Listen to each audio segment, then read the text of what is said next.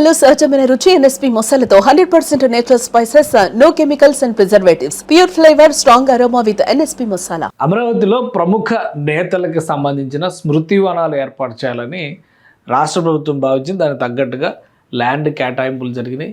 పనులు కూడా కొన్ని చోట్ల మొదలైనటువంటి దాఖలాలు ఉన్నాయి. అంబేద్కర్ స్మృతి వనం, ఎన్టీ రామారావు మెమోరియల్ పార్క్ అనేది ఒకటి, మరొకటి పొట్టి శ్రీరాములు స్మారక చిహ్నం ఏర్పాటు చేయడం, రీసెంట్గా అటల్ బిహారీ వాజ్పేయికి సంబంధించి కూడా ఒక మెమోరియల్ని ఏర్పాటు చేస్తామని రాష్ట్ర ప్రభుత్వం చెప్పింది.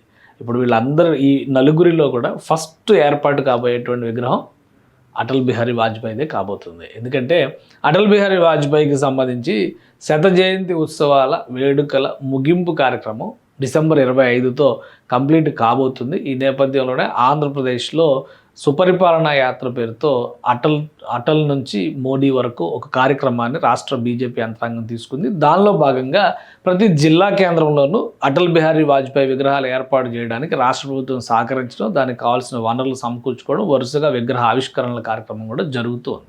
దీనిలో అందరూ కూటమి నాయకులు అందరూ కూడా పార్టిసిపేట్ చేస్తున్నారు.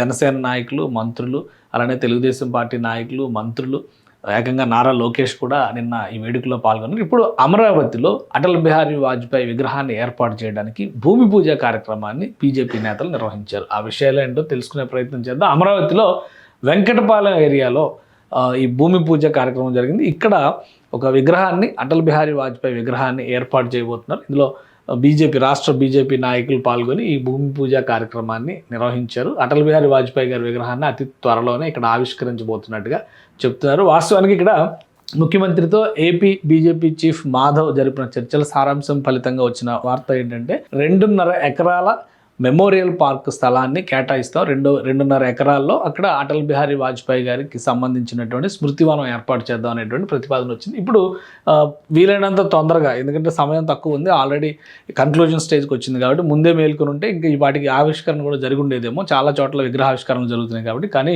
ఇప్పుడు అకస్మాత్తుగా వేగంగా తీసుకున్నటువంటి నిర్ణయం కాబట్టి వెంకటపాలెం అంటే సీడాక్సిస్ రోడ్డు పక్కన ఉండేటువంటి ఈ మార్గంలో ఇప్పుడు అక్కడ టీటీడీ తిరుపతి వెంకటేశ్వర స్వామి మందిరాన్ని ఏర్పాటు చేసింది. దాన్ని విస్తరించేటువంటి ప్రణాళికను కూడా తీసుకుంది. ఈ సమీపంలోనే ఒక మెమోరియల్ పార్క్, అంటే ఒక పార్క్ని ఆల్రెడీ డెవలప్ చేస్తున్నారు. అండర్ డెవలప్మెంట్లో ఉన్నటువంటి పార్క్ అనమాట. ఆ పార్క్లోనే విగ్రహం పెట్టేందుకు కావాల్సి జాగ్రత్తలు. ఇది క్లియర్గా కృష్ణానదికి ఇటు పక్కన ఉండేది, కరకట్ట రోడ్డుకి, సీడాక్సిస్ రోడ్డుకి మధ్యలో ఉండేటువంటి ప్లేస్. ఈ ప్లేస్ మొత్తం కూడా వెంకటపాలెం కిందకి వస్తుందన్నమాట. ఈ ప్లేస్లోనే ఒక సీడాక్సిస్ రోడ్డు పక్కన ఒక 2 ఎకరాల పార్క్ని ఆల్రెడీ అభివృద్ధి చేస్తున్నారు. అక్కడ ఆల్రెడీ ఉన్నటువంటి పార్క్, ఆ పార్క్ని అభివృద్ధి చేస్తారు. సో అందులోనే విగ్రహ ఏర్పాటుకి చర్యలు తీసుకుంటాం అనేటువంటి సూచనలు రావడంతో మెమోరియల్ పార్క్ కోసం కొత్తగా స్థలాన్ని అన్వేషించి దాన్ని నోటిఫై చేసి ఎండార్స్ చేసి ఇదంతా జరిగేసరికి పుణ్యకాలం గడిచిపోతుంది. కాబట్టి ఆల్రెడీ అండర్ డెవలప్మెంట్లో ఉన్నటువంటి ఒక పార్క్లోనే అటల్ బిహారీ వాజ్పేయి విగ్రహం పెట్టాలని చెప్పి నిర్ణయించారు. అక్కడ బీజేపీ నేతలు భూమి పూజ నిర్వహించారు. వీలైనంత తొందరగా అక్కడ విగ్రహావిష్కరణ చేసే దిశగా అడుగులు పడుతున్నాయి. సో మొత్తానికి ఈ ప్రాంతంలో, రాజధాని ప్రాంతంలో ప్రతిష్టాత్మకంగా కొన్ని స్మారక వనాలను ఏర్పాటు చేయాలని రాష్ట్ర ప్రభుత్వం భావించింది. రాబోయే రోజుల్లో అటల్ బిహారీ వాజ్పేయి విగ్రహం పెట్టినటువంటి పార్కును కూడా ఒక స్మృతివనంగా అభివృద్ధి చేసేందుకు చర్యలు తీసుకుంటారని చెప్పని బీజేపీ నేతలు చెప్తున్నారు.